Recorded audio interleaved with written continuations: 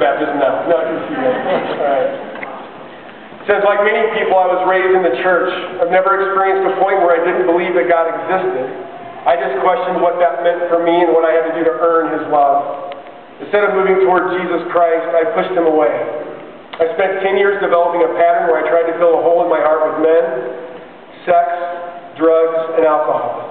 I never understood why the more of these things I put into my life, the emptier I felt.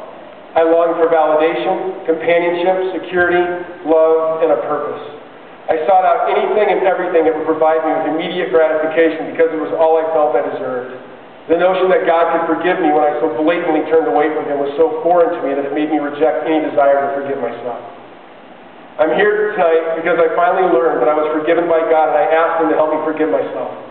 My face was ripped off and my heart was set on fire for the Lord on October 17, 2009 while visiting the downtown church in Des Moines, Iowa. The amazing members of that church didn't convince me to follow and love Christ through their words or their arguments, but through their hearts. They are leading other people to Christ by walking the paths through this dark world with their hearts blazing the wonderful light that shines through the love of Christ. On this night in Iowa, I gave my life to the Lord.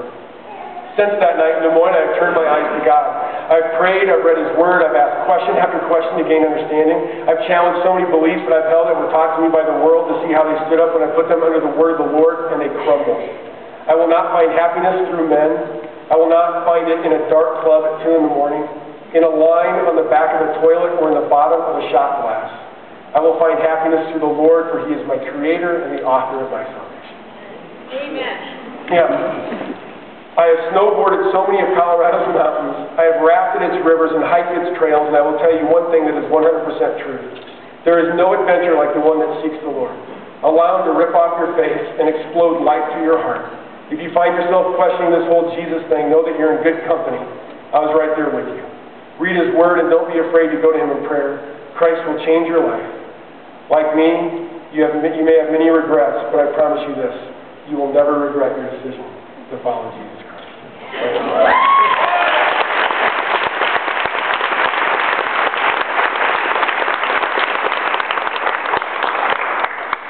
Well, because He's ripped your face off. I guess the bad side okay, because, gosh, just a couple months ago you surrendered your life to Christ. He was here tonight in front of all your friends. Right here you're saying, it's best to follow and live my life.